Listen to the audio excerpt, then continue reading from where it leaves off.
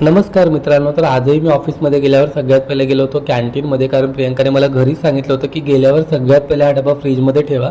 आणि जसं की काल मी तुम्हाला म्हटलं, सध्या माझा लॅपटॉप काहीही कामाचा राहिला नाही आहे, त्याच्यामुळे गेल्यावर सगळ्यात पहिले मी स्वतःला डेस्कटॉप असाइन करून घेतला आणि कामाला सुरुवात केली. तर लंचमध्ये प्रियंकाने मला या डब्यात दिला होता आमरस आणि त्याबरोबरच होती कोथिंबीर वडी आणि मेथीची भाजी. आणि काय सांगू तुम्हाला, सगळेच पदार्थ एक नंबर झाले होते, त्याच्यामुळे लंचमध्ये आज माझी मजाच झाली होती. घरी जाताना सगळ्यात पहिले माझा स्वतःचा अवतार मी चेंज केला आणि घरी गेल्यावर बघितलं तर चार्वीला खूप झोप आली होती. तिला माझ्या मांडीवरच झोपायचं होतं, त्याच्यामुळे तिची एक झोप काढून घेतली आणि तिची झोप पूर्ण झाल्यानंतर आज संध्याकाळी आम्ही गेलो होतो बाहेर जेवायला.